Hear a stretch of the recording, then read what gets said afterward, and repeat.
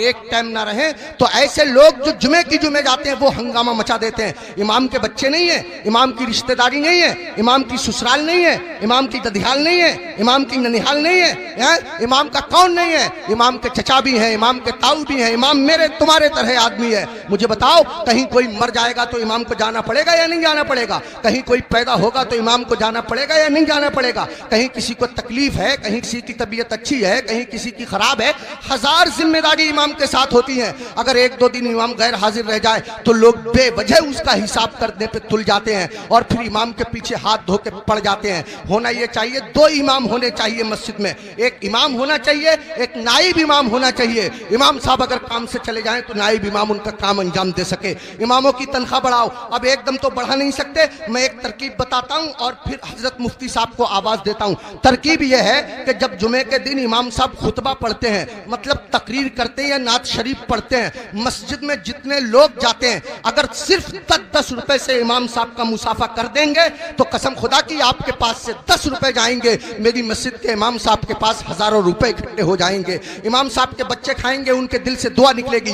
देखो, अगर इमामों की तनख्वाह कम होती है तो नमाजें खराब होती हैं। आप कहेंगे कैसे? मैं बताता हूं आपको। इमाम साहब की तनख्वाह 4000, बीबी की दवा चल रही है 3000 रुपया महीना की, 100 रुपया रोज उसकी बीबी की दवा चलती है। अब कितने रुपए बच्चे उसके पास? 1000। उसमें गैस सिलेंडर भी है, उसमें तेल भी है, उसमें नमक मिर्च भी है, उसमें दालचीनी पत्ती भी है, सब दुनिया भर के खर्चे। आप गौर कीजिए, अब इमाम साहब मस्जिद के मुसल्ले पे खड़े हैं, नियत बांधे हुए नमाज की, अब पढ़ रहे हैं सुब्हानक अल्लाहुम्मा व बिहम्दिका व तबारक अस्मुका व तआला जद्दुक व ला इलाहा गैरुक। अब सुबहाना जब खत्म हुआ तो इमाम साहब मन मन में सोच रहे हैं, यार कोई मर भी तो नहीं रहा है, 40वां हो जाता, कुछ रुपए मिलते, खर्चा चल जाता, यार किसी की शादी भी तो नहीं हो रही है, निकाह पढ़ाने के लिए मिल जाता। इमाम साहब खड़े हैं मुसल्ले पे, सोच रहे हैं, पढ़ रहे हैं 40वां, खड़े हैं मुसल्ले पे, पढ़ा रहे हैं निकाह। कसम खुदा की अगर तुम लोगों ने अपने इमाम की तनख्वाहें माकूल रखी होती तो तुम्हारा इमाम जहां होता इमाम की नीयत भी वही होती, तुम्हारा इमाम जहां होता इमाम का दिल भी वही होता,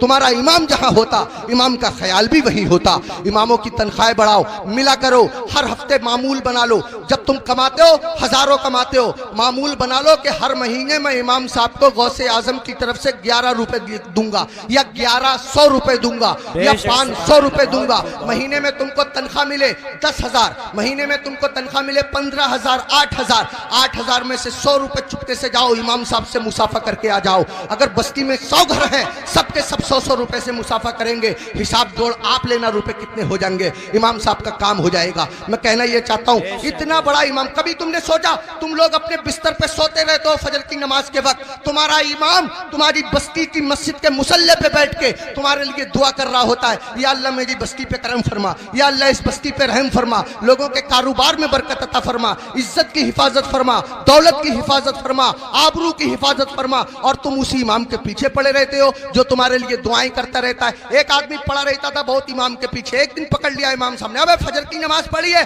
बोला बिल्कुल पढ़ी है। इमाम साहब बोले कै रकअतें पढ़ी है? बोला 10। का फजर में 10 हो गए रे? कह रहा चलो 15 मान लो। इमाम साहब बोले 15 होती फजर में? कह रहा चलो 20 मान लो। इमाम साहब बोले पिट जाएगा, दिमाग खराब मत कर। मुंह लटकाया हुआ घर गया, बीबी बोली कैसे मुंह लटकाए फिर रहे हो? कहने लगा रे इमाम साहब ने पकड़ लिया, बोले फजर पढ़ी है? मैंने पढ़ी है। उन्होंने रकअतें पूछ ली, मैंने 10 बताई, 15 बताई, 20 बताई, 25 तक पहुंच गया, मगर इतना है कड़े इमाम है वो भी माने ही नहीं है। तो बीबी कह रही है तुम भी तो पागलों जैसी बातें करो, 4 बता देते 4। तो कह रहा तू तो सच में ही पिटवाने वाले काम कर रही है। जो इमाम जिद्दी इमाम 25 में ना माना वो 4 में कैसे मान जाएगा?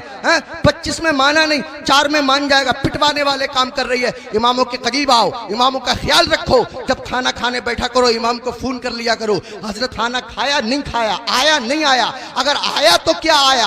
अगर तुम्हारे घर कोई अच्छी चीज बना करे इमाम को पहुंचा दिया करो, इमाम का ख्याल रखा करो। बाल काटने की दुकान है, इमाम से बाल तरसवाने के पैसे मत लिया करो। कपड़े सिलने की दुकान है, इमाम के कपड़े फ्री सिल दिया करो। पूरी बस्ती का एक इमाम है, क्या नहीं हो सकता? मुश्किल काम नहीं है, मुश्किल काम नहीं है। एक इमाम के साथ अगर ये रियायत की जाए, कोशिश करो अपनी मस्जिद के इमामों को हज कराओ, उम्रे के लिए भेजो, सब मिलकर के कोशिश करो तो कोई कर्रा काम नहीं है। मैंने बहुत कीमती वक्त ले लिया, आपसे भी मैं माफी चाहता हूं और मुफ्ती साहब से भी मैं माफी चाहता हूं। चाहता हूँ। मिंबर शरीफ पे बैठे हुए तमाम लोगों से मैं माफ़ी चाहता हूँ। मेरे दिल की तमन्ना थी, मेरी आरजू थी, इमामों के बड़े बुरे हालात लोगों ने बना दिए। यही वजह है हमारे 50% मौलवियों ने अपना कारोबार शुरू कर दिया, इमामतें छोड़ दी, और इमामों के साथ ऐसे ही रवैया रहा तो कसम खुदा की तुम लोगों के बच्चों को अल्लाह और रसूल का नाम सिखाने वाले लोग मिलना मुश्किल हो जाएंगे। ऐसी हालतें पैदा